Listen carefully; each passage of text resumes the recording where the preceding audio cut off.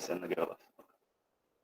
Professor, a palavra está com o senhor. Antes de mais nada, eu gostaria de agradecer ao senhor a disponibilidade. Em nome do PEC, gostaria de agradecer essa disponibilidade que o senhor teve para plenar para o senhor às 22h15 estar aqui conversando com a gente. Isso é muito importante. E gostaria de lhe agradecer. Carnaval, tá né, agora, sem mais delongas. Ok. Pior que esse ano nem vai ter carnaval aqui, né, professor? Eu sei, eu estou sabendo. Bom, vamos lá. Deixa eu me apresentar. Né? Quer dizer, eu sou economista. Tá, eu sou economista, eu me formei no Rio de Janeiro, né, na UF, fiz um mestrado na UF e fiz um curso de profissionalização de mestrado na Cândido Mendes. E, em paralelo a isso, né, eu fiz eu comecei a trabalhar na Lopes Filho e Associados. O que é a Lopes Filho e Associados? Uma empresa de consultoria e investimentos, é uma empresa que faz research, né, que faz análise do ambiente econômico, das empresas, dos setores, né, para avaliação de investimento para os clientes, como fundos de pensão, bancos, corretores, gestoras, né? E essa empresa foi criada em 77, durou até abril de 2017. Não, 16. Não, perdão. Até 2019, desculpa. Né? A empresa foi descontinuada e eu, em 2018, vim para cá, para Portugal, já com uma bagagem profissional boa, já tinha trabalhado muitos anos em consultoria, e eu era o economista-chefe da consultoria. O que o economista-chefe de uma consultoria como a Lopes Filho faz? Eu ia visitar os clientes, mandava cenários econômicos, trabalhava com as perspectivas tanto econômicas como políticas, brasileira, economia mundial. Então, é um meio que um cara que tem uma leitura estratégica, né, da economia, do mercado, né? E fiquei nesse trabalho, nessa atividade até 2018, né, perdão, quando eu vim para cá, para Portugal, para fazer doutorado. Né? Em paralelo a isso, eu dei aula no Brasil em 2 universidades privadas, né? No caso, para você dar aula na universidade pública, você tinha que ter doutorado, né? E eu, nessa necessidade de fazer doutorado, eu vim para Portugal para fazer doutorado aqui, para também sair um pouco do ambiente brasileiro, porque estava muito ruim naquela ocasião, 2018, só piorou de lá para cá, em todos os sentidos, né? A polarização é uma coisa que paralisa o país, né? Está hoje observando uma crise de paralisia de decisões de política econômica, de gestão, de governabilidade desde 2014, praticamente. O Brasil vive se engalfinhando, né? Se degladiando, né, nesses anos todos. Então, a gente está num país praticamente parado desde essa data. Então, eu já sabendo disso, eu já tinha uma leitura muito aguçada do momento político, econômico. Eu achei, não vou tenho um filho, né? Então eu vou levar meu filho para Portugal para ele ter uma boa formação, um ambiente mais tranquilo, menos tóxico, né? E aí eu coloquei ele aqui em Portugal. Ele está fazendo engenharia mecânica, então essa foi uma decisão também que eu pensei muito nele também. Além do meu doutorado, eu pensei no meu filho, na minha família. E é um período sabático, né? Eu não vejo isso como definitivo. Eu vou ficar aqui o tempo que eu achar possível para poder depois voltar e, se Deus quiser, num ambiente melhor. Vamos ver, em 2022 essas coisas melhoram, né? Bom, então, quer dizer, eu já sou macaco velho aí, para mim é um prazer essa garotada toda aí assistindo esse bate-papo. Para mim é um grande prazer estar aí passando um pouco da minha experiência.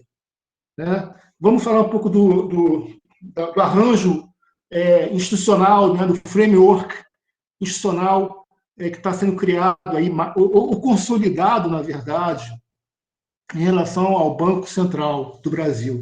Bom, o Banco Central foi criado em 64, né, por Roberto Campos, e interessante que naquela PEC 19 de 64, o objetivo era realmente criar um Banco Central independente. ou seja, um Banco Central independente que seguisse as linhas mestras do FED, do Banco da Inglaterra, do Bank of England, do século XIX, né? Inclusive, ambos os bancos eram bancos privados, entre aspas, né? Claro, que o banco atua numa função pública, que é estabilidade da moeda, mas eles eram bancos totalmente autônomos dos governos. Né? Tanto o FED como o Banco da Inglaterra, já naquela época, já eram bancos independentes. Né? Então, o Banco Central do Brasil foi criado em 64, meio com um apêndice, uma continuação do SUMOC, né? Da superintendência da moeda do crédito, que naquela ocasião tinha uma função muito mais de financiamento e crédito, emissão de moeda, não tinha tanta autonomia, não era o Banco Central, na verdade, o SUMOC. Né? Na verdade, a função de Banco Central era exercida pelo Banco do Brasil. E aí o Banco Central foi criado pelo Roberto Campos, em 64, e veio, ao longo desses anos, até a década de 90, atuando em conjunto com o Banco do Brasil para financiar empresas, para financiar o setor agrícola, e agia meio que numa simbiose estranha com o Banco do Brasil, daí a conta movimento, né?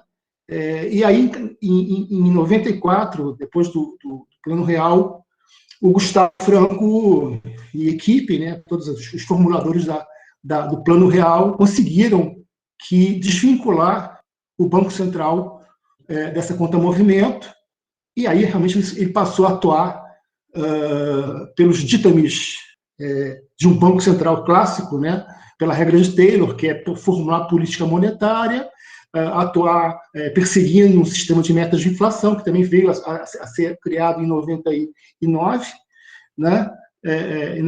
E aí se consolidou o Banco Central que a gente tem hoje, né? Um Banco Central que atua para manter a estabilidade da moeda, para regular o mercado financeiro, ou seja, no sentido também de atuar também como um fiscal do sistema financeiro, tá? Mas a atividade primordial do Banco Central é manter a moeda estável, é manter um combate permanente à inflação. Né? Então, é importante que o principal instrumento de política monetária dessa formulação que a gente tem hoje é a taxa de juros de curto prazo. Né? O sistema de metas de inflação foi criado ali com Armínio Fraga, naquele período, e pós-Plano Real, né, já consolidando aí um arcabouço de uma economia com inflação baixa e maior previsibilidade, né?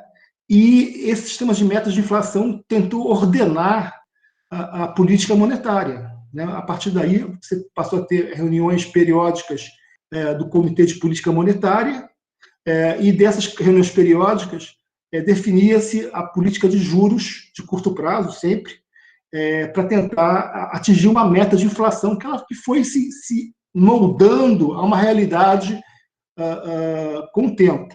Né? Eu acho que era 6,5% a primeira taxa de inflação a ser perseguida, quando foi criado o sistema de metas de inflação, e com o tempo ela foi sendo reduzida até chegar aí a hoje 4%, se eu não me engano, né? Vai chegar a 3,5%, porque é uma inflação padrão mundial, né? A inflação de 3%, 2% é uma inflação que é do mundo. Né? Hoje não é um grande problema você combater a inflação, quer dizer, você tem que manter uma vigilância constante, mas não é um grande fantasma que era na década de 70, 80. Tá? O Banco Central Independente é século passado, realmente, é da década de 30, foi quando foi criado o FED, quando foi criado o England, o Banco da Inglaterra, mas ele teve grande consolidação na década de 90 também com o consenso de Washington, né? Com a reunião dos economistas de Washington, né, do Brookings Institution, que se reuniram, né, John Williamson e uma série de economistas, para tentarem formular um diagnóstico meio que genérico, né, acaba se tornando uma coisa muito aberta, né, você fazer uma série de recomendações de política econômica para várias partes do mundo, realidades muito distintas.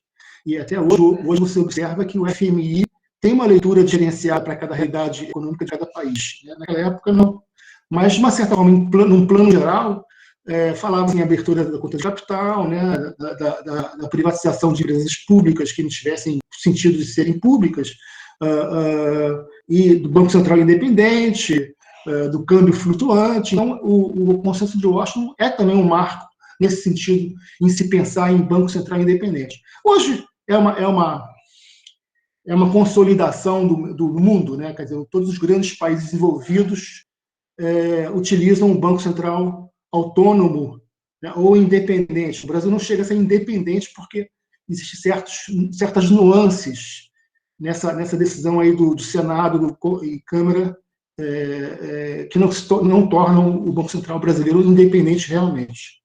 Quer dizer, o que foi decidido, basicamente, no Senado, na Câmara, né?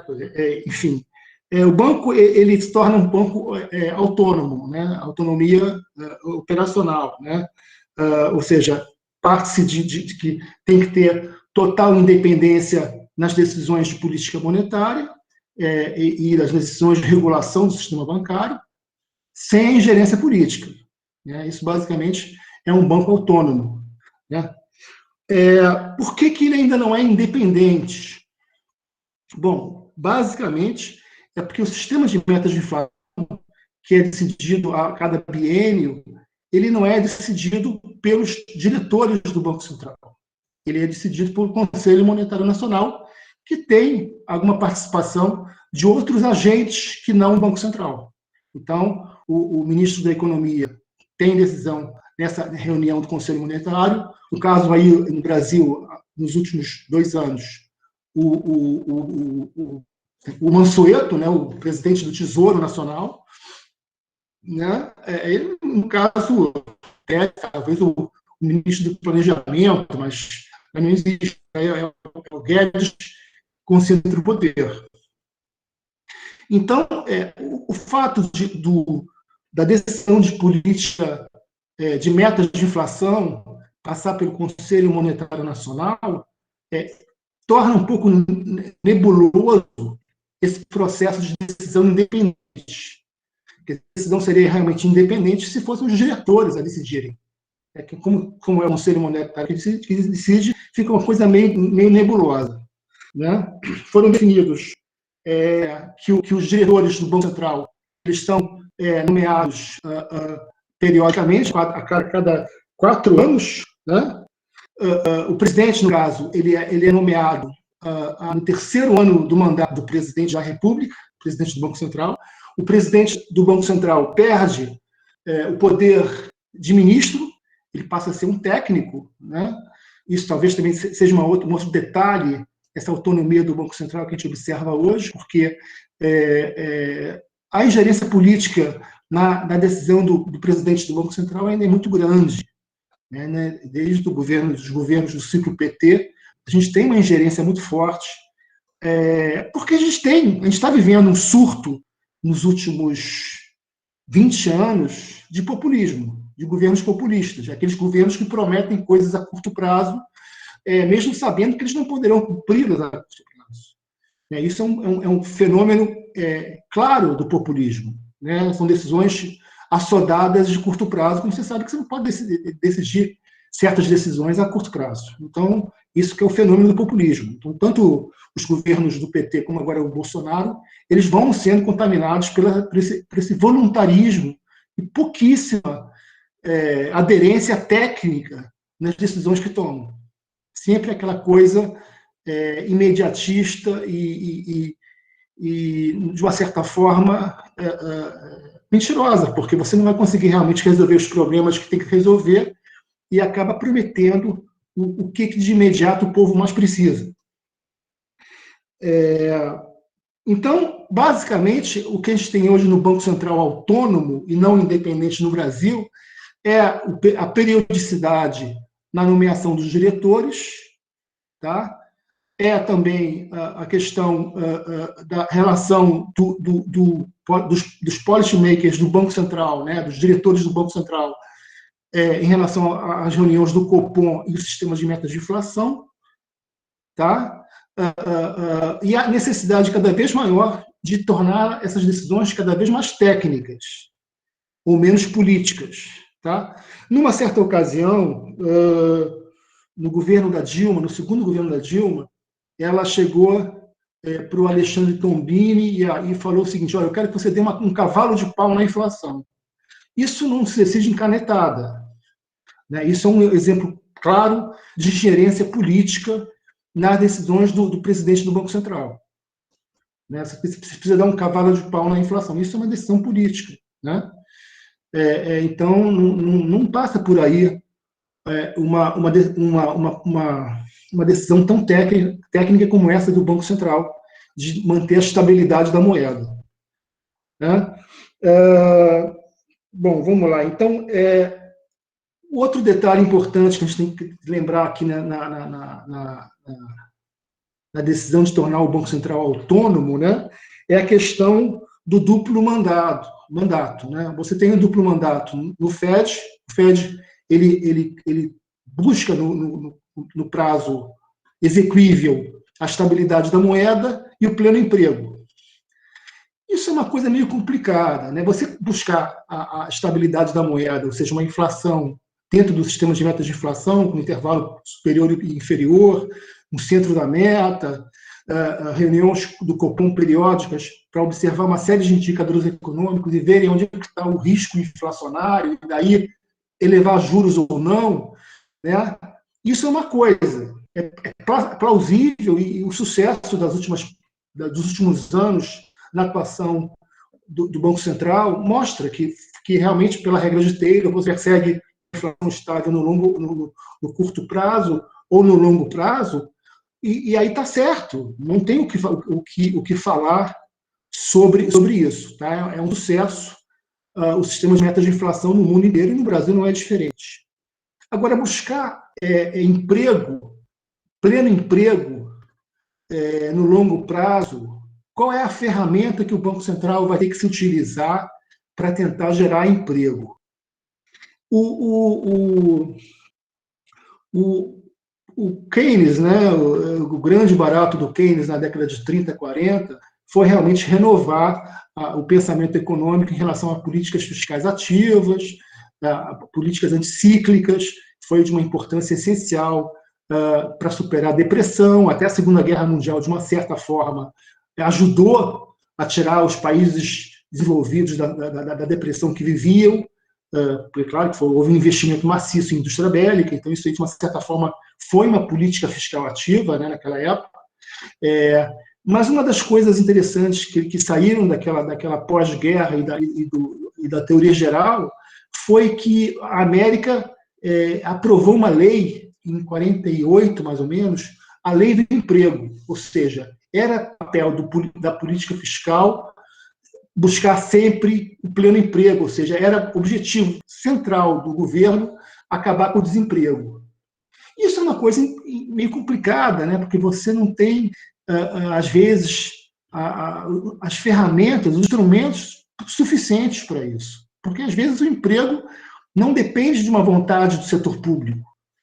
Né? São momentos de conjuntura, são crises cíclicas, são crises estruturais, são crises momentâneas, são choques exógenos, e o governo não tem condições de superar, até porque a gente tem um país muito grande, dimensões continentais, é uma coisa muito. Você pode falar daqui de Portugal, em que boa parte das pessoas vivem de subsídio de desemprego, e é realmente uma economia com a welfare state, com a sociedade do bem-estar, né, com a social-democracia muito bem implementada, mas é um país pequeno. Né? O Portugal é do tamanho do estado do Rio.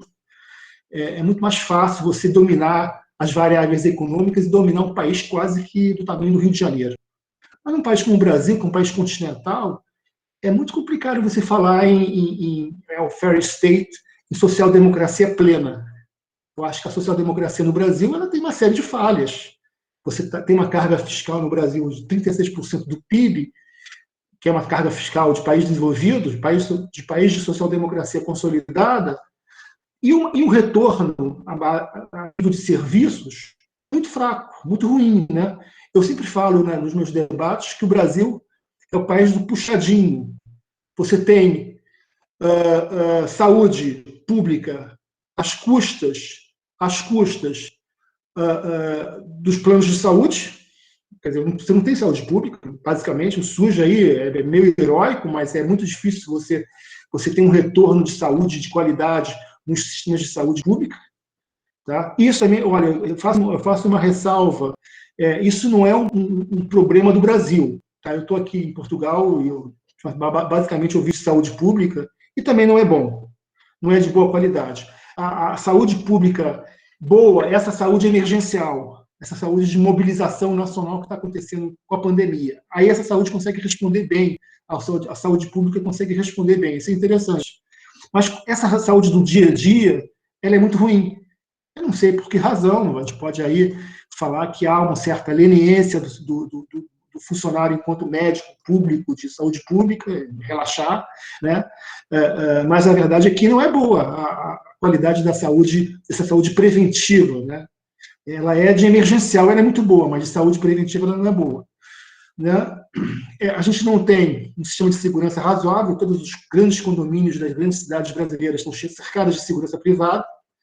Isso também é um detalhe da nossa distopia no sistema de serviços públicos.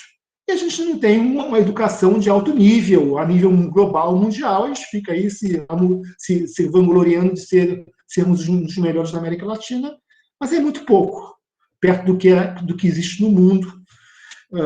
Os debates daqui da Europa são muito mais pragmáticos e a favor da ciência do que no Brasil, em que há uma carga de ideologia muito, muito pesada. Então, a gente tem esses três... A gente tem realmente a questão da nossa social-democracia, ela não é muito bem resolvida. Né? Mas voltando, então, à questão do Banco Central, gente, é importante, nesse contexto todo, que a gente tenha que haja cada vez mais um avanço nesse arcabouço institucional dos agentes econômicos, do papel do Banco Central, do papel do BNDES, do papel de outros bancos públicos que ainda existam e eu acho que não deveriam existir mais, bancos estaduais, enfim, isso já é mais do que na hora de alguns bancos serem privatizados, né? E esse é um outro viés do Banco Central, atuar como organizador do sistema financeiro. Tá? Ou seja, o papel do Banco Central é fiscalizar com uma lupa, né, a atuação dos dos grandes bancos privados. A gente tem uma concentração bancária, são 5 maiores bancos no Brasil, que detêm quase a maior percentual de mercado. E os bancos menores, os bancos independentes que se sustentam e que se aguentam. Né? Nesse ponto, o Banco Central tem atuado de uma forma meio à margem, né? Mas a verdade é que a gente não teve no Brasil nenhuma crise sistêmica. Né? Quando a gente teve uma ameaça de crise sistêmica em 2008, 2009, o Banco Central atuou muito bem e evitou. Quando a gente teve também uma ameaça de crise sistêmica em 94, com o fim do float inflacionário, ou seja, quando os bancos ganhavam muito com a inflação, criado um sistema de socorro em conjunto pelos bancos, né, o PROER, que de uma certa forma possibilitou que os bancos se fundissem, né, se reunissem, se fundissem e evitassem realmente uma quebradeira, porque um dos fatores importantes do sistema financeiro é que se você tem um banco em dificuldade, ele pode sim acarretar uma crise sistêmica, a partir do momento que você começa a deixar descoberto outros bancos. Todos os bancos são relacionados, né, no interbancário. Então, quando você tem uma crise bancária, um banco vai quebrar, se o Itaú quebrar, ele vai levar muita gente de roldão. Então, é importante que o Banco Central atue de uma forma preventiva, evitando que esse banco quebre. Né? Então, não é uma questão de salvar banqueiro, né? o rentista, não é isso. É uma questão de que, se o banco quebrar, ele vai levar uma série de outros bancos juntos, e atrás desses bancos estão os clientes, estão os credores do banco, na verdade, os depositantes. Se um banco quebra, outros agentes vão ser impactados. Existe uma cadeia de inter-relação muito, muito estreita no sistema bancário. Então, daí a necessidade do Banco Central atuar como um emprestador de última instância, né, como falam, né, como o socorro essencial para evitar que um banco quebre. Tá?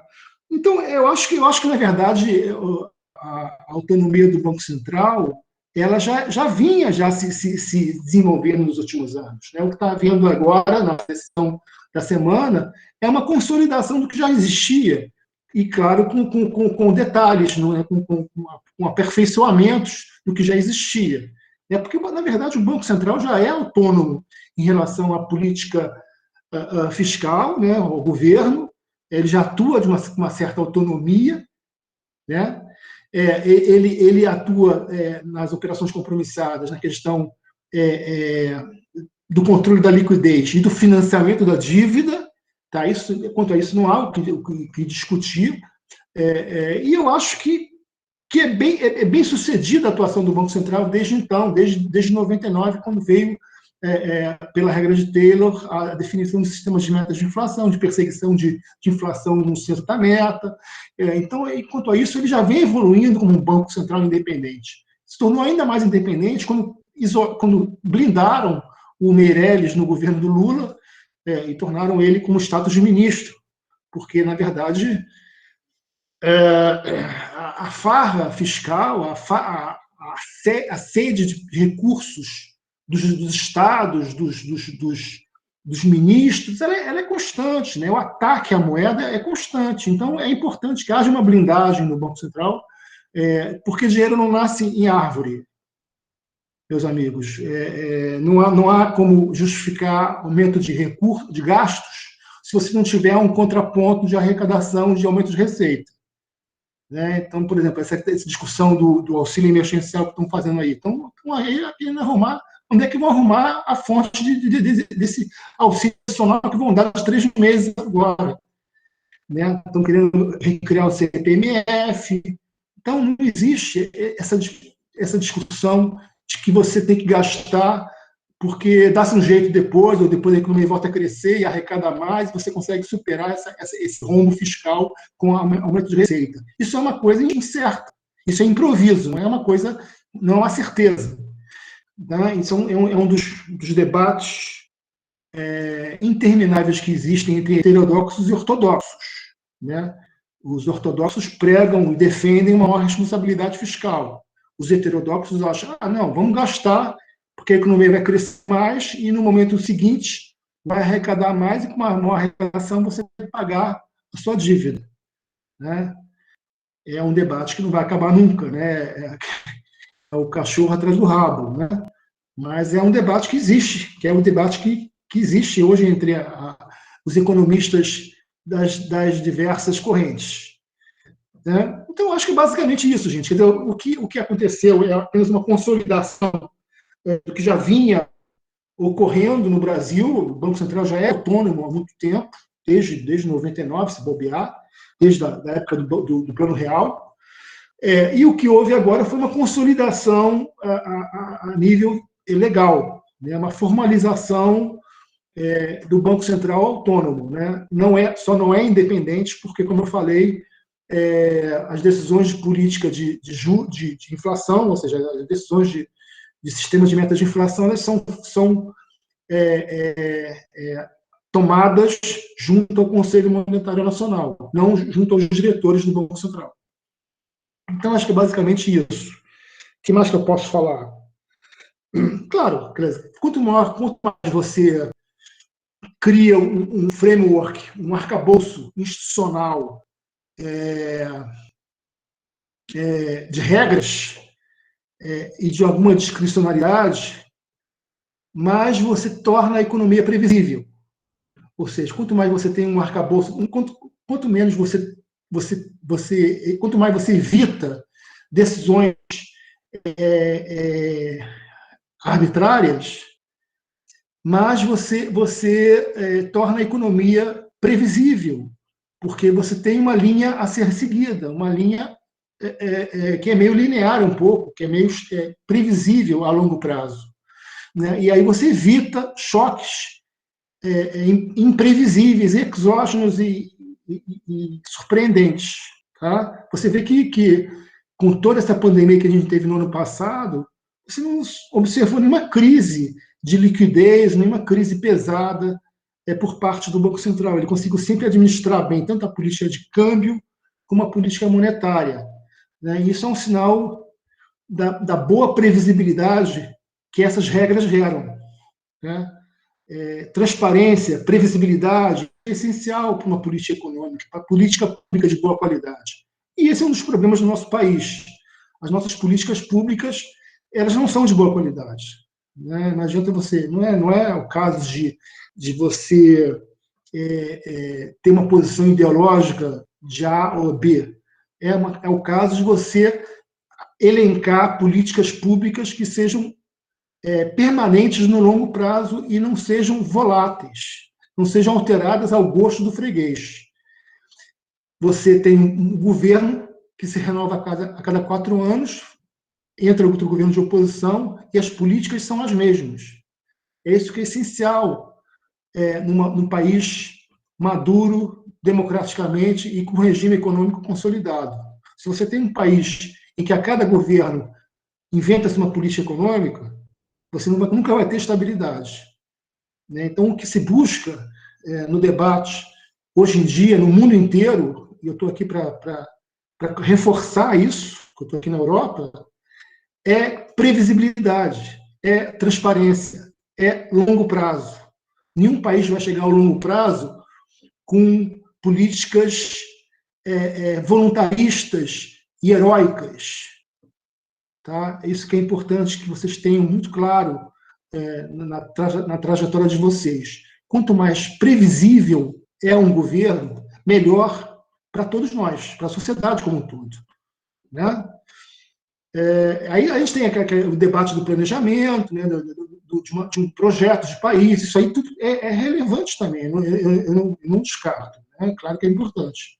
Mas quanto mais você tem isso claro, mais sustos você leva, né? Mais você está blindado contra crises. Né? Se você tem uma coisa muito improvisada, você vai estar sempre exposto à crise. Né? Crise de governabilidade afeta a política econômica. Claro, eu não sei nem como é, tem uma coisa que me chama a atenção. Diante de tantas crises de governabilidade que a gente vem vivendo nos últimos 2 anos, e isso aí não é posição ideológica, muito pelo contrário, é uma observação que eu faço como observador, que eu sou da cena, e isso é uma coisa que tem que ficar muito clara para vocês todos. O economista, ele tem que ser um observador da cena, ele tem que ser sempre um iconoclasta, ele tem que ser sempre um cara livre, não tem que ter simpatia por A ou por B, ele tem que ver os dados, ele tem que observar a cena econômica e daí tomar a sua decisão. Se ele se contaminar politicamente, acabou a sua atuação como economista. Tá? Isso é uma coisa que eu falo de muitos anos de mercado. Né? Eu atuo como economista desde 93. E como economista-chefe de consultoria, a gente acaba muito nesse mundo do dia a dia, da realidade. Então, a gente acaba ganhando, aguçando esse olhar. Eu passei por vários governos. E esse é fato, realmente. Se você estiver contaminado politicamente, você perde o teu norte, né? Você perde a tua capacidade de análise. Então, vocês têm que ser muito pragmáticos, vocês como economistas. Se vocês querem ser cientistas sociais, cientistas políticos, também tem que ser pragmático, é sempre a favor da ciência, né? E essa crise que a gente está vivendo, de uma certa forma, ela resgata isso. A ciência tem que ser soberana, né? Não é achismo. A gente tem que se basear em evidências empíricas, em fatos, né? E não é por gosto ou simpatia. Aí não vai para frente, né? Então, isso é essencial como observador da cena que você tem que ser. Tá, gente? Então, é mais ou menos por aí. E vamos abrir aí para as perguntas, para os debates. Eu estou aberto. Tá, Wander? E vamos embora. Bom, professor, excelente apresentação. A gente já tem aqui, está aberto, né, pessoal? Quem quiser tirar dúvidas, fique à vontade. O Thiago aqui está com a mão levantada, o presidente da PEC, né? Thiago, por favor, o microfone é seu. Boa noite, professor. Boa noite, galera. Wander, deixa eu só uma reserva, uma observação. Tá, tudo bom? Tudo bom, Thiago? Não, olha só, fiquem à vontade, perguntem mesmo, hein, gente? É para perguntar mesmo, não fiquem com vergonha, não. Eu sei que vocês são jovens, são muito jovens, eu estou vendo pela foto de vocês são muito jovens, vocês ainda não têm a vivência, a coisa, então é natural que vocês não tenham um pouco de timidez. Perguntem mesmo. Certo. Boa noite, galera. Boa noite, todo mundo. Meu nome é Thiago, sou eu que criei esse projeto, sou o presidente desse projeto. Agradeço muito o professor Júlio por ter aceitado participar disso e ter essa conversa hoje. E minha pergunta é mais com relação, inclusive, eu faço pesquisa na área de política monetária, e minha pergunta é com relação mais qual a opinião do senhor com relação às medidas que o presidente atual, o Roberto Campos Neto, está tomando com relação à política monetária. Eu vi recentemente que ele se afastou um pouco da taxa de juros natural com relação à regra de Taylor e tudo mais. Algumas estimações mostram que o juros atual está abaixo do que seria com relação à regra de Taylor. E sim. Até mesmo como questão do forward guidance, que é o Banco Central manter a taxa de juros baixa por um tempo para gerar as expectativas e incentivar o investimento. Eu queria saber a opinião do senhor com relação a isso, se isso seria positivo, se geraria efeitos negativos no futuro, como aconteceu no governo de Dilma Rousseff, que o juros também foi forçado um bom tempo para baixo e depois teve consequências. Queria saber qual a opinião do senhor com relação a essa política monetária. A política de juros muito baixa, 2%, ela se sustenta se ela tem em paralelo a isso, uma política fiscal razoavelmente bem encaminhada, né? Então, se você tem um superávit primário e um déficit, uma dívida pública, uma dívida bruta, num patamar razoável, sustentável no longo prazo, é razoável supor que você possa baixar juros. Mas se você tem uma situação como a atual, em que a dívida bruta vai chegar a 90% do PIB, né, praticamente uma heresia você manter juros a 2%. Por quê? Porque o mercado ele passa a exigir prêmios cada vez mais elevados, né? Ele passa a exigir taxa de juros de longo prazo, inclusive, há um descasamento muito grande entre taxa de curto prazo, que é de 2%, e a de longo prazo, que deve estar acima de 6%. Então, há esse descasamento e o ideal é você ter uma suavização das duas curvas, o que você não está observando. Né? Você tem um descasamento muito forte entre as duas taxas. Então, claro, que diante de uma taxa de juros de longo prazo, que o pessoal já trabalha com uma taxa acima de 6% no 2023, 2024, é natural que você comece a pensar também numa taxa de curto prazo mais elevada. Até porque, para financiar uma dívida que já passa de 90% do PIB, você tem que oferecer ao demandante, o que é o demandante de título público? É pessoa física, tudo bem, é banco, é estrangeiro, é fundo de pensão, enfim, uma série de instituições que compram títulos até para montar seus fundos para colocar no mercado, enfim, para poder oferecer ao investidor. Né? Então, se você chega a uma situação em que você tem uma taxa de juros de 2%, um juros real negativo, como a gente está vivendo hoje, né? É praticamente impossível você conseguir rolar a dívida. Né? Você acaba tendo que tentar emissão de novos títulos. É dificílimo. Você consegue, isso sim, rolar os vencimentos antigos. Né? É um desafio. Thiago, eu acho que você tem toda a razão que numa situação de dívida pública em trajetória ascendente, é muito difícil e uma inflação também, que veio aí com câmbio fora do lugar, a inflação veio mais elevada, choque de alimentos, inclusive, é muito difícil você manter uns juros a 2%. Então, claro, é de se prever que ao longo de 2021 o Banco Central vai ter que elevar juros. Agora, claro, também, que é muito difícil também você acertar na mosca. Né? É muito difícil para o presidente do Banco Central. Ele até veio mantendo a taxa de juros em 2%, tirou Guidance, o Ford Guidance, porque já enxergando a necessidade de elevar juros. Quando é que ele vai elevar, não sei. Né? É como você colocou, a regra de Taylor, ela define taxa de juros de curto prazo para combater a inflação. E o ambiente também é um ambiente inédito. Você não tem um ambiente de fácil resolução atualmente, até porque você não tem uma política de imunização previsível, né, totalmente no ar. Há uma guerra por vacinas no mundo inteiro e o Brasil ficou atrasado, ficou, como dizem, atrás da curva em relação a essa questão da política de imunização, por problemas outros que não cabem aqui a gente comentar, mas que a verdade é que isso é um fator de perturbação para a política monetária, né? Porque a economia voltando a crescer, você tem a possibilidade da arrecadação voltar a aumentar e a dívida pública suavizar, porque ela está acima de 90% do PIB atualmente. Se você não voltar a crescer, a tendência é que essa dívida pública só aumente, vai aumentar aí por 3 meses aí, em função do auxílio emergencial que eles vão dar a mais. E qual é a sustentabilidade da dívida? Essa que é a pergunta-chave, Thiago, para você poder definir essa política de juros aí ao cenário de pandemia.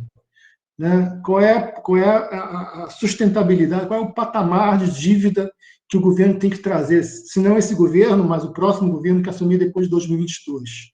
Qual é o patamar em que você tem uma sinalização de estabilidade a longo prazo? Com certeza, 90% do PIB não é. Né? Mas também você não adianta culpar, não é culpa desse governo também, achar que o governo... não, ele tinha que gastar, né? Claro que tinha que gastar. É óbvio que em uma situação de pandemia você tem que tem que tirar recursos não sei de onde, porque as pessoas de repente ficaram sem ter o que comer. Né?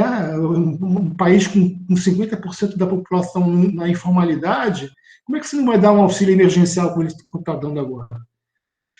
Né? Então, era essencial fazer o que ele está fazendo. Qualquer governo do mundo está fazendo isso. Aqui também em Portugal tem uma série de medidas para tentar aliviar a situação das pessoas.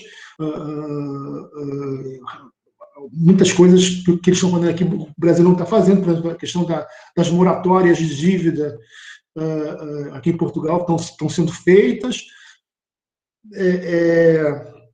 Um olhar todo especial para a área de turismo, que está sendo muito impactada. Mas, claro, numa crise como essa, todo mundo é keynesiano. Todo mundo tem que adotar políticas fiscais ativas. Não tem jeito. Né? Então, de uma certa forma,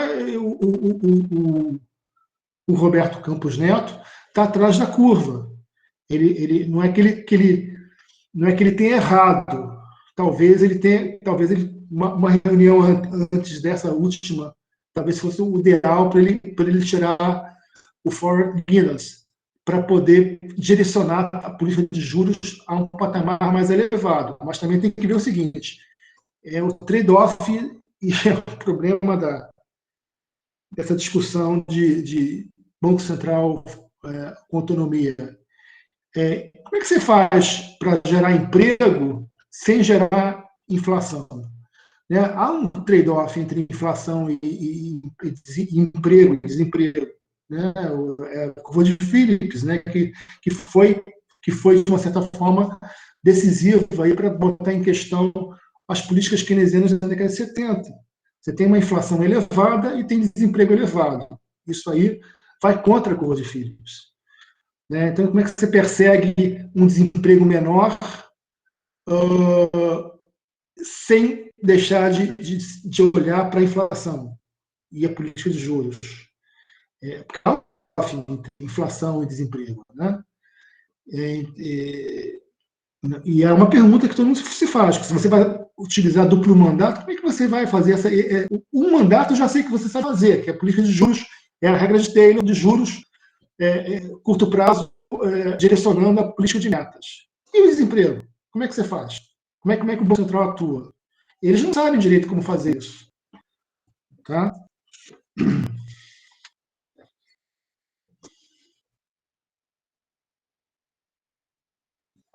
Bom, respondi, Alto. Certo, muito obrigado. Professor o Wellington fez um comentário aí no chat, ele dizendo que acabou de ver que saiu uma prévia do PIB informado pelo Banco Central, onde foi detectada uma retração de 4,5% e que o baque não foi maior devido ao auxílio emergencial. 4,05, perdão. Uhum. O auxílio emergencial evitou. O auxílio emergencial ele evitou o caos, né? E aí vão ter que pagar por mais 3 meses agora, né? Em 2021, porque a vacinação não está sendo. Isso aí a gente tem que realmente debitar isso aí ao Ministério da Saúde, ao Bolsonaro, mas o auxílio emergencial ele não podia ser cortado da forma que foi cortado, porque você não tinha uma estratégia bem definida de vacinação. Se você tivesse uma estratégia bem definida de vacinação, de imunização, que chamam, talvez você pudesse cortar o auxílio emergencial. Mas da forma que foi feita, e é claro que há claramente aí nesse cenário que a gente está observando, uma falta de comunicação entre o ministro da Economia, o Paulo Guedes, e o presidente do Banco do país. Né? Então, realmente é uma barbeiragem, né? Porque a política de vacinação está totalmente caótica. Né? Tudo bem que o mundo todo aí, todo mundo procurando. Porque o que acontece na questão das vacinas é que você tem um produto, que é a vacina, e tem todos os países atrás dessa vacina. Ou seja, claro, tem várias vacinas já, né? Então tem a Pfizer, tem a Moderna, mas não há insumo suficiente para atender a todo mundo, né? A toda a população do mundo. Então, há uma corrida desenfreada em torno da vacina, e o Brasil ficou por trás, porque o Bolsonaro ele se perde nessas bobagens que ele inventa no dia a dia, essas bate-bocas né, incontáveis que ele vive travando com a sociedade, com a imprensa, enfim. Isso aí é uma perda de tempo, de energia, que você acaba perdendo o foco. Qual é o foco nesse momento? O que o mundo está fazendo? O que está todo mundo fazendo agora nesse momento? Correndo atrás da vacina. Correndo atrás das vacinas, para imunizar a população para o país voltar ao normal. Né? E o Bolsonaro, sempre meio a contragosto, né? Teve que ceder a essa necessidade. E claro, que se você não voltar a crescer, né? Se você não voltar a crescer, você não consegue definir nada direito. Né? O país não consegue voltar a crescer. E sem auxílio emergencial. Sem auxílio emergencial. O país tem que voltar a crescer com a vacinação em massa, com as pessoas conseguindo voltar a trabalhar, conseguir seus empregos, voltar a entrar no mercado de trabalho formal ou informal, que seja, voltar a ir para a rua, voltar a viver, né? Então, o auxílio é o que é, emergencial, né, gente? Então, mais 3 meses, porque o impacto fiscal é muito pesado, gente. A dívida brasileira, eu acho que era de 70% do PIB, foi a 90%. E aí você tem a discussão do financiamento da dívida numa situação dessa. Como é que você financia uma dívida que pula de 70 para 90? O mercado passa a exigir prêmios muito elevados. E a própria demanda do mercado passa a forçar os juros para cima. Então, os juros de mercado passam a ser elevados. Então, se você não pode estar com juros do Banco Central, né, os juros do Selic a 2%, com o mercado exigindo 5%. Isso é um descasamento que não se sustenta no prazo, no médio e longo prazo. Então, você tem que elevar juros. Né? Então, realmente, a situação é uma situação inédita, tá? E a gente está trabalhando com não só, muito pouco com teoria econômica pura. A gente está trabalhando com a aplicabilidade no dia a dia, com a realidade. Né? Então, muitas coisas aí estão sendo colocadas, muitos mantras, né, muitos paradigmas estão sendo colocados em discussão em função do cenário que a gente está vivendo no mundo. Né? A gente está realmente com o retorno da inflação no Brasil, que está muito forte, por causa do câmbio depreciado. A volatilidade do câmbio é uma variável que tira a previsibilidade de todos os agentes, né? E aí você passa a ter uma inflação mais elevada. Os IGPs que absorvem bens tradables, né, bens comercializáveis no mundo, porque a variável-chave desses bens é o câmbio, esses IGPs estão muito elevados, né? Deve estar acima de 14% a 20%. Eu não tenho acompanhado, mano. Eu acredito que os IPAs estão muito elevados e os GPMs estão muito, GPMs, GPDI estão muito elevados. Isso é inflação, né? Em algum momento vai para o varejo.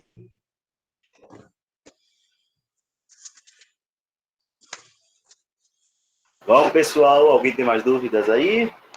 Alguém deseja falar, fazer algum comentário?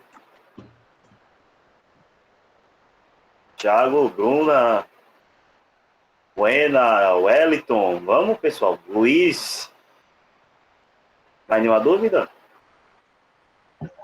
Oi, boa noite. Estão me ouvindo? Tá, sim, senhora. Tá. Quem é? Adriana? Não, Gisele. Ou a Gisele? Oi, tudo bom, Gisele? Boa noite. Tudo boa. Eu tenho uma pergunta, não sei se vai parecer estranha, mas eu queria saber se existe algum cenário onde seria possível fazer um banco central totalmente independente, onde não houvesse interferências políticas, que, querendo ou não, num cenário atual acaba sempre havendo. Gisele, é a discussão da institucionalidade, né? Existe um ramo da nossa ciência que é a economia institucional, que estuda as instituições. Robert Klose, eu acho que é o economista que trabalha muito com isso. E essa discussão das instituições é essencial nessa tua pergunta. Quer dizer, você tem que ter instituições que sustentem a possibilidade de ter um Banco Central totalmente independente das pressões políticas e das ingerências políticas. Né? Infelizmente, a gente tem, como eu falei para vocês no início, a gente tem vivido nos últimos anos de governos populistas. Então, governos que essa coisa do personalismo é muito perigosa, eu acho muito ruim. Eu acho que o bom presidente é aquele que não é notado. O que é notado são as políticas públicas que ele emprega, são as melhorias que ele proporciona à sociedade como um todo. E é o presidente que não aparece, esse que é o bom presidente. Entendeu? Não interessa. Gente, isso é fato. Quer dizer, as pessoas elas querem resultado, elas não querem mito, nem pai dos pobres, não querem nada disso. Então, quanto mais você tiver isso, mais difícil você tem uma institucionalidade bem avançada, desenvolvida, um país maduro, né, um país que não tem a pressão política. Né? Você está vivendo agora o que a gente está vivendo nos últimos governos. Agora o Centrão, na segunda metade do governo, assumiu as rédeas do poder. E é ele que está definindo a agenda do presidente da República, assim como foi com a Dilma, assim como foi com o Lula. Só que o Lula fazia acordo com todo mundo, não só com o Centrão. Então ele conseguia lá costurar a sua governabilidade. De uma certa forma, ele conseguiu conduzir dois mandatos. Talvez no segundo mandato tenha sido mais difícil. E também é importante que se diga que, tanto no primeiro como no segundo, ele teve um presidente do Banco Central muito forte. O Henrique Meirelles realmente era um presidente do Banco Central que realmente não deixou. Eu sempre falo isso, que a âncora do governo do Lula foi a âncora monetária. A política monetária do Meirelles, que manteve a governabilidade do governo do PT, do Lula, nesses dois mandatos. Eu acho que foi realmente a melhor coisa que houve ali, foi realmente a política monetária do Meirelles, até porque ele enfrentou uma crise que foi a crise de 2008, e conseguiu sair muito bem. E foi o Meirelles, não foi o Manteiga, não, foi o Meirelles. Então, e aí a gente vai cair nessa questão do personalismo, das figuras. Quer dizer, o ideal é que você não seja escravo dessas figuras, seja escravo dos mecanismos de política pública. Essas políticas que têm que se destacar, elas estão aí previstas e colocadas para serem usadas. Né? Então, essa questão da institucionalidade do Banco Central não ter que recorrer ao Conselho Monetário Nacional é uma questão em aberto. Será que isso é o ideal? Ou seria o ideal que os diretores, entre eles, em reunião, né, são 8 diretores, decidissem qual é a inflação dos próximos 2 anos? Né? Isso é uma licença poética que o Senado e a Câmara deixaram aí no ar. Continua os diretores sem poder para decidir a política de inflação, realmente. Quer dizer, eles têm poder, mas eles são subordinados ao Conselho Monetário. Então, até que ponto existe realmente essa independência? Né? Então, não existe independência. Existe realmente uma subordinação dos diretores do Banco Central ao Conselho Monetário. Então, isso não é independência. Né? Professor? Tudo bom, Gisele? Agora Não, conclua, professor. É porque eu ia ler aqui os comentários, mas conclua, por favor. Sim, então, aí que eu falei, quer dizer, o problema, Gisele, é esse. Você tem, infelizmente, no atual arcabouço do Banco Central Autônomo que a gente tem aprovado aí agora no Congresso, esse detalhe, né? Como dizem, o inferno está nos detalhes. Né? Esse detalhe é um detalhe que torna um pouco turva essa questão da independência do Banco Central realmente. Claro que desde 99 a gente vem observando os avanços em relação a isso. Desde 99 eu não tive nenhuma... Eu citei aquele caso do Tombini com a Dilma, né? Que a Dilma até ela baixou a tarifa de energia de uma canetada, mas ela não fez mais do que isso, não. De uma certa forma, até certo ponto, o Tombini conseguiu manter as rédeas do Banco Central na gestão da Dilma Rousseff. Teve um momento que ele chegou a balançar um pouco, sempre foi preservado. Tá? Eu acho que nesse ciclo de autonomia do Banco Central, desde 99, desde o Plano Real, o único momento mais tenso que a gente teve realmente do Banco Central balançar na sua autonomia foi nesse momento da Dilma Rousseff, que a Dilma meio que desautorizava o Alexandre Tombini em certas ocasiões. Né? E aí, no fim das contas, foi o desastre que foi. Né? Foi isso que derrubou, foi a política econômica que derrubou o governo da Dilma. Né? Chegou ao ponto do segundo mandato, não tem mais jeito. Né? Entrou Joaquim Levy, o Nelson Barbosa, não deu jeito mais. A política econômica da Dilma já estava totalmente desmoralizada. Né? E realmente isso é muito ruim. Né? Você tem que respeitar as instituições, o Banco Central é independente em relação às pressões do presidente da República, tem que ser independente. Agora, é interessante, né? Embora tenha essa relação meio espúria, entre aspas, entre Banco Central e Conselho Monetário Nacional, nunca houve grandes tensões nessa relação. Essa relação sempre foi uma relação meio formal. Sempre, na verdade, quem decidiu foi o presidente do Banco Central e seus diretores, e, na verdade, tanto o ministro da Economia como o secretário de Tesouro ou o ministro do Planejamento, se houvesse no caso, eles apenas assinaram embaixo o que o presidente do Banco Central e os diretores decidiram. Né? Nunca houve uma grande ruptura nessa relação. Obrigada, professor. Esclareceu bastante da minha dúvida aqui. Pode falar, Wander.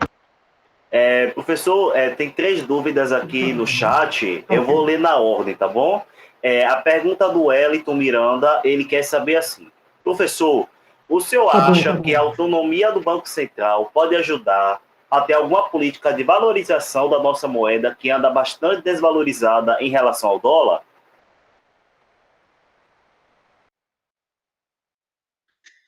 Bom, isso aí é uma boa pergunta, né? Quer dizer, a política, a depreciação da moeda nacional, ela é resultante das políticas econômicas mal adotadas.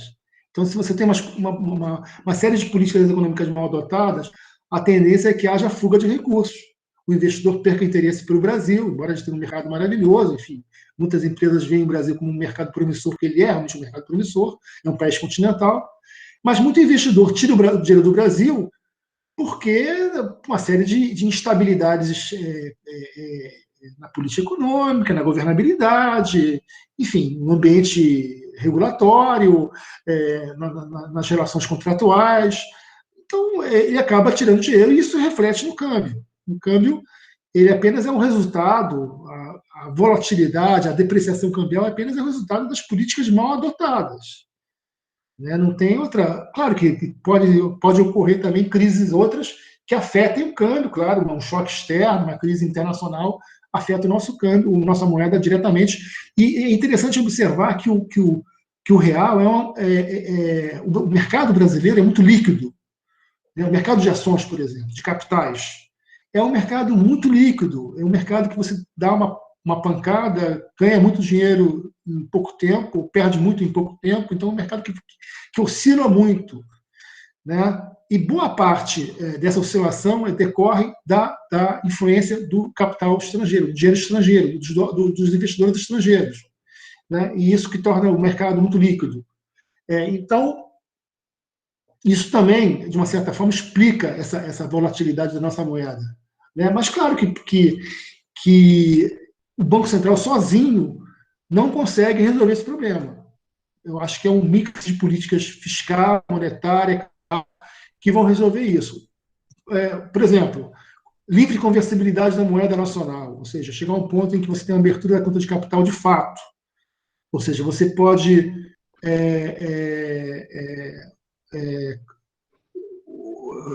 transacionar real com dólar, ter conta em dólar livremente, começar a depositar dólar nas suas contas. Isso já está começando a acontecer, de uma certa forma, meio que marginalmente, com os fundos internacionais. Mas isso aí só é possível realmente para se consolidar quando você tiver realmente uma estabilidade econômica maior no Brasil. Quando você tiver o que a gente está vivenciando nos últimos anos, o câmbio sempre vai ser muito volátil, o câmbio sempre vai oscilar muito. Né? É muito difícil você ter uma estabilidade cambial quando não tem estabilidade econômica e política. Né? Por exemplo, doing for business, né? O Banco Mundial tem uma pesquisa importantíssima, que é o Doing for Business, que define os países com as melhores práticas de política econômica, de práticas de negócio do mundo. O Brasil está muito mal ranqueado. Né? O Brasil não é mais investment grade, né? Então a tríade das agências de rating, né? Que tem a Moody's, a Fitch e a Standard & Poor's, rebaixaram o Brasil. Enquanto não elevar o Brasil de novo a investment grade, é difícil você pensar em estabilidade cambial. Na verdade, tudo isso é resultado das más práticas de política econômica.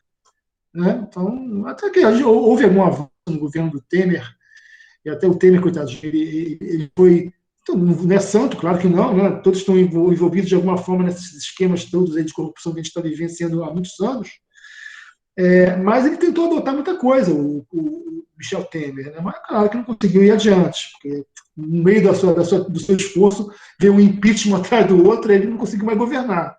O problema do impeachment é esse, se você entrar nessa vai da valsa de impeachment, o cara não consegue mais governar, o país para de novo, ele está parado desde 2014. Né? Ou seja, o país não consegue avançar, a gente vive de crise política. E desde 2014, nós estamos em 2021, 7 anos parados. Imagina o custo social disso aí. Né? O que isso só acarreta em aumento da miséria. Né? As pessoas ficam desempregadas. Simplesmente isso.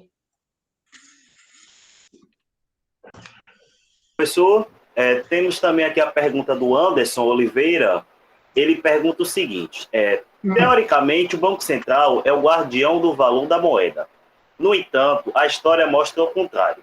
Desde a criação do Banco Central, o que se viu foi as moedas ficarem mais estáveis, sendo trocadas em intervalos de tempo cada vez menores. Ou seja, o Banco Central falhou justamente naquilo que deveria fazer? que era preservar o valor da moeda e garantir a estabilidade de preços? Anderson Oliveira que perguntou no chat. Pois é, interessante a tua pergunta, Anderson. Mas, na verdade, Anderson, a gente viveu, eu vivi, né? Vocês não, vocês são muito jovens. Eu vivi 30 anos de hiperinflação indexada. Não existe nada mais concentrador de renda e causador de desigualdade social do que a inflação.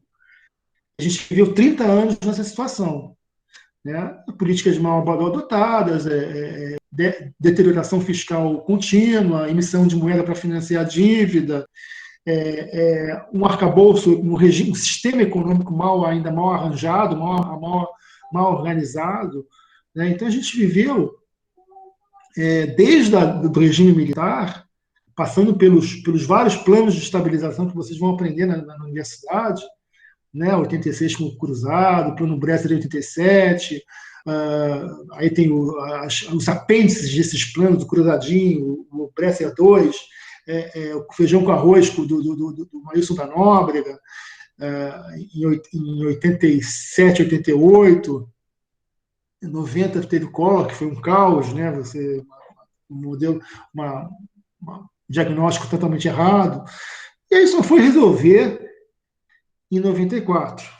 A gente só conseguiu estabilizar a moeda com um arranjo de engenharia econômica brilhante. Eu acho que esses caras do Banco da PUC tinham que ganhar um prêmio Nobel pelo que eles fizeram, porque acabar com a inflação como eles acabaram foi realmente digno de prêmio Nobel. Mas como o prêmio Nobel é sempre um prêmio para o mundo anglo-saxão, para o mundo desenvolvido, eles não enxergaram a maravilha que foi, o brilhantismo que foi o Plano Real. Mas, realmente, o Plano Real conseguiu convergir lá um regime monetário em sintonia com a taxa de câmbio, né, o RV, aí houve uma sincronização de reajustes até o momento em que essa sintonia acabou se anulando, numa convergência e derrubando a inflação, e aí tiveram que adotar um regime cambial fixo, depois ele foi sendo flexibilizado aos poucos, e o grande fator para você conseguir estabilizar a inflação foi esse, né, a âncora cambial. Mas a questão é o seguinte: o que causou essa inflação de 30 anos? Né? Arranjos fiscais mal feitos, políticas fiscais mal adotadas, decisões discricionárias e autoritárias dos presidentes de então. Quando o Roberto Campos, o avô desse presidente atual do Banco Central, decidiu pelo Banco Central em 64, a primeira coisa que ele falou: eu quero um Banco Central independente. Eu vou nomear eu vou colocar 4 anos para nomear diretor, e o presidente vai vir nessa toada. Né? A ideia do Banco Central independente pelo Roberto Campos era muito boa. Inclusive, você vê o Lanterna de Popa, se você ler, tem uma série de trechos. Eu vou mandar para vocês também uma live que eu assisti ontem de um rapaz que ele citou esses trechos todos do Lanterna de Popa, que foram brilhantes. Né? Esse cara é um cara que realmente ele tem que ser lido com mais carinho no futuro. O Roberto Campos realmente foi um cara que teve muita visão, foi muito visionário em muita coisa no Brasil. E realmente ele queria um Banco Central independente. E aí, quando ele foi conversar com Costa e Silva, general Costa e Silva, Costa e Silva falou: olha, Banco Central independente não existe, quem decide justo sou eu. O presidente da República, general de brigada, ou de infantaria, não me lembro bem. Enfim, então, de lá para cá, a gente teve aí a atuação do Simonsen, né, do Neto, enfim. Mas sempre os presidentes do Banco Central tiveram um papel secundário. Né? No fim das contas, o que se observava naquela fase do regime militar era o Banco do Brasil atuando como emprestador de última instância. Né? Na verdade, quem atuava como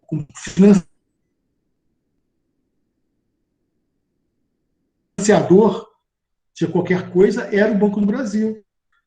E o Banco Central sempre teve uma atuação meio secundária, né? Até o momento que, realmente, depois dos anos 90, definiu-se que o Banco Central tinha que ter autonomia total, realmente, de fato, e tinha que atuar mesmo como guardião da moeda. Mas as políticas monetárias de então eram sempre muito passivas, né? O que são políticas monetárias passivas?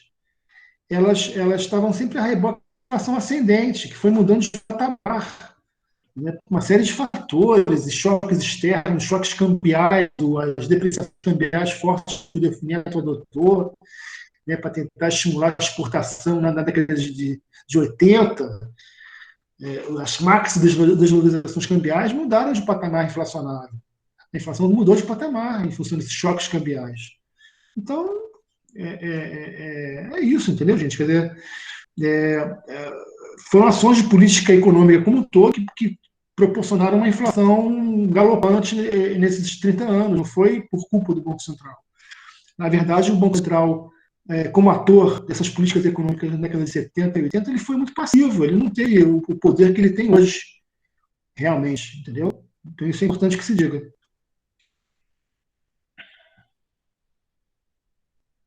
Professor, e a última pergunta, né, aqui da Uena, para a gente encerrar, Uena Niner, ela pergunta o seguinte: professor...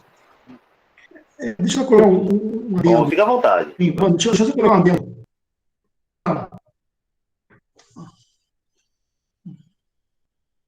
Não, só um adendo. Quer dizer, política monetária e política fiscal, elas são casadas, tá? Não dá para descasar uma política da outra. Elas caminham juntas sempre, entendeu? É importante que tenham boas políticas fiscais, políticas de ajuste, que buscar um orçamento ótimo, um equilíbrio fiscal, que isso, de uma certa forma, porque o que acontece? Se você tem uma política fiscal muito ruim, você sobrecarrega a política monetária, né? Ou seja, o Banco Central passa a ter que atuar com muito mais mão pesada na política de juros para segurar a inflação, porque você tem uma expansão fiscal descontrolada. E claro, quando você aumenta gasto público, né, tá aí, né, nas equaçõezinhas da macroeconomia, das contas nacionais, quando você tem expansão muito forte de gastos públicos, você tem uma pressão muito forte na demanda empregada, né? Então, acaba ocorrendo que se você não tem um balanceamento nessas duas políticas, você acaba sobrecarregando uma ou outra. Tá? Então, claro, no caso, sempre sobrecarrega a política monetária. Você tem o fiscal, a política monetária acaba sendo sobrecarregada. Por exemplo, agora você não tem isso porque você está com a economia no chão. Então, você tem uma capacidade ociosa imensa. Está todo mundo parado. Então, o risco dessa inflação se tornar galopante ainda é um pouco remoto, porque você tem capacidade ociosa muito elevada. Então, você vai ter um pico inflacionário em função da crise, mas depois a inflação volta de novo, porque sem demanda, sem a economia crescer, a inflação perde fôlego, né? Então, é importante que você tenha esse olhar das duas políticas. Elas atuam no mix. A política monetária e a política fiscal atuam juntas. Tá? E, claro, aí tem ambial, aí tem uma série de outras que também são um pouco condicionadas pelas boas políticas fiscal e monetária.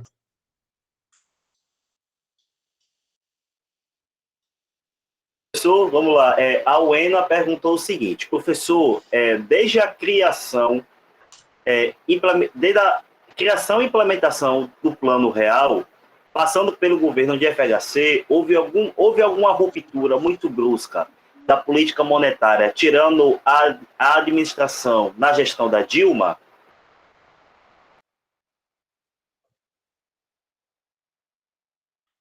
Ruptura não me lembre, não houve.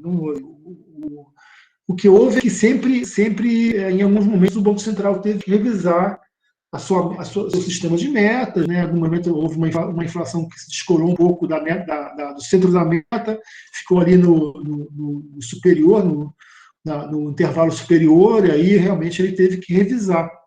Eu acho que foi no governo do Lula, no início do governo do Lula, 2001, 2002, eles tiveram que revisar o sistema de metas de inflação porque houve realmente uma ameaça de ruptura pelo risco Lula, né, naquela época, e o câmbio foi um patamar muito elevado, a inflação foi muito elevada, mas aí o Meirelles assumiu e a carta para os brasileiros, né, uma série de decisões adotadas pelo Lula, e, claro, todo o mérito do presidente Lula, que ao início do mandato dele, em 2001, 2002, ele conseguiu neutralizar essa ameaça de ruptura. Né? 2008, 2009, não houve, realmente o Meirelles deu uma pancada nos juros, ele foi um patamar bem elevado naquela época, evitou uma fuga de recursos, uma crise cambial. Né? Então, realmente, 97, 98, 99, com as crises na Ásia, aí foi no momento em que o Gustavo Franco caiu, ele assumiu o Chico Lopes, depois caiu, depois assumiu o Armínio Fraga, e aí teve que haver uma mudança do regime cambial, que se tornou flutuante, aí o Armínio deu uma pancada também nos juros. Sempre os presidentes de então dos bancos centrais atuaram preventivamente, providencialmente, e conseguiram evitar uma ruptura. Né? Claro que a gente teve quase momentos muito delicados, mas eles sempre atuaram e conseguiram evitar que houvesse uma ruptura. O que é a ruptura, no caso, nesse debate aí? A ruptura é fuga de recursos, né? É crise cambial e default. Essa que é uma ruptura. A Argentina tanto viveu nos últimos anos. E o Brasil não chegou a vivenciar isso, não.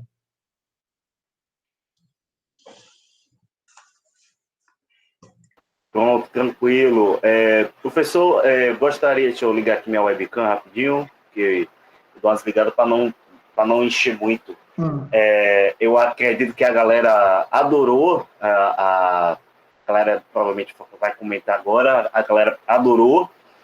Eu gostaria de agradecer ao senhor esse tempo, né, que o senhor dedicou a gente. Aí para o senhor já deve ser quase meia-noite. Mas eu gostaria de agradecer muito em nome do PEC ao evento, foi excelente.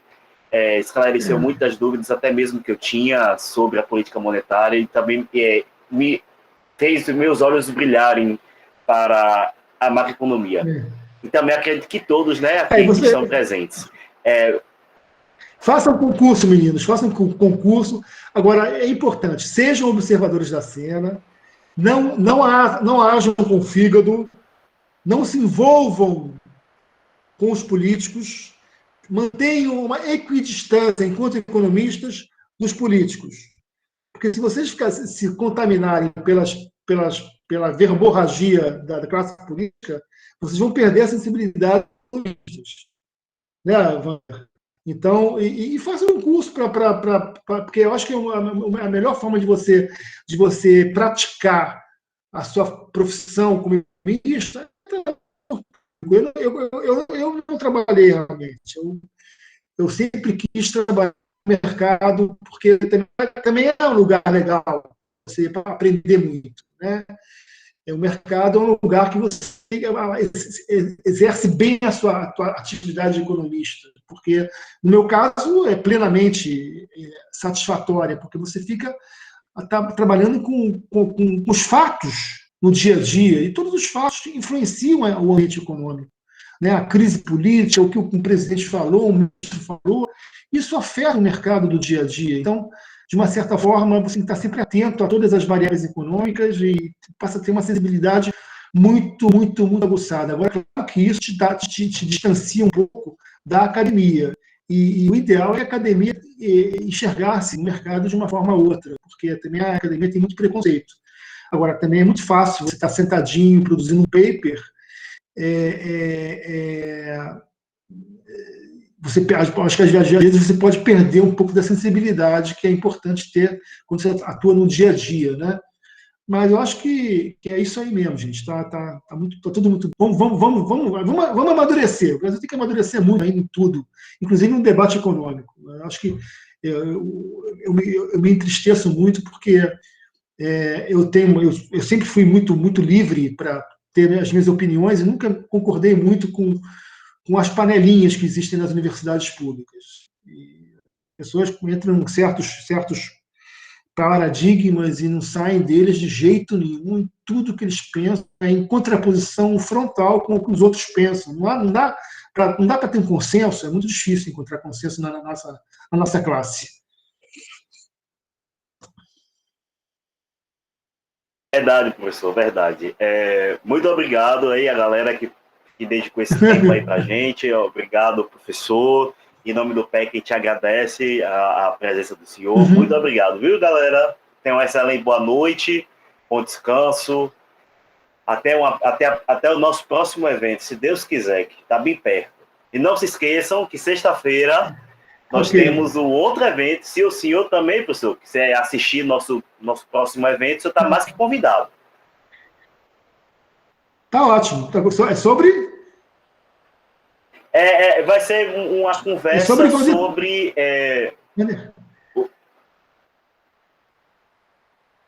o tema vai ser uma conversa sobre a autonomia do Banco Central, né? A gente vai passar aí um bom tempo ainda debatendo esse assunto. Vai ser um professor aqui, o professor Cleiton, que também vai apresentar. Se o senhor quiser também assistir e também quiser participar, o senhor está mais convidado, tá bom? Todos também que estão assistindo. Tá ok, é um prazer, então. Tá ok? Tá bom, pessoal? Prazer, professor. Muito obrigado, viu, pela atenção. Encerra aqui a gravação. Tá ok. Muito obrigado.